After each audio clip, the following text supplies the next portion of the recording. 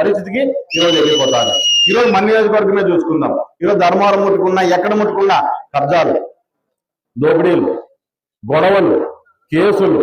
ఈరోజు వాస్తవంగా ధర్మవరం గురించి మాట్లాడుకుంటే గతంలో ఎప్పుడో 10-20 ఏళ్ల కిందట ఇట్లాంటి సమస్యలన్నీ అట్లా సమస్యలన్నీ మళ్ళా పునరావృతం అయిపోయే పరిస్థితి. అరే ఏంది అని విడ చేస్తాను, ఏదపై తప్పు కదా అని చెప్పి మేమేదైనా మాట్లాడినట్లయితే శ్రీరామ్ వస్తాడు, పొడుస్తాడంట, చంపుతాడంట, నరుకుతాడంట అని మాట్లాడి చూసినారు. విన్నారా? పొడుస్తారంట, చంపుతాడంట, నరుకుతారంట. ఖచ్చితంగా మా వాళ్ళు ముట్టుకుంటే మేమే కూర్చో ఉంటాం. ఊరికే ఉంటామా?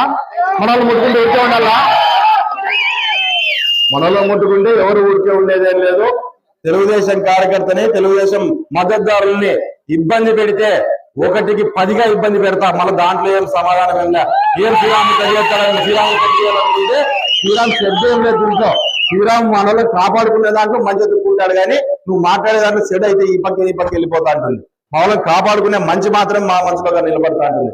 కాబట్టి మీరు ఎన్ని మాటలు మాట్లాడినా, ఎన్ని ఏం చేసినా, ఈరోజు కేతిరెడ్డి వెంకటరామరెడ్డి గారు ఎన్నో రకరకాల ఫీట్లు వేసి ఎట్లా తిరిగి మళ్ళా ఇంకొకసారి ఇక్కడ నియోజకవర్గంలో ఈ లెక్క గట్ట మోసం చేసి గెలిచేయాలనే ఆలోచన చేస్తున్నాడు.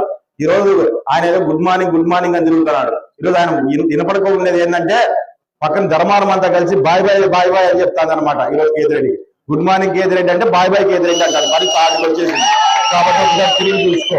గత 5 ఏళ్ళలో మన గ్రామాల్లో ఏం అభివృద్ధి చేశాడనేది ఆలోచన చేసుకోవాలా.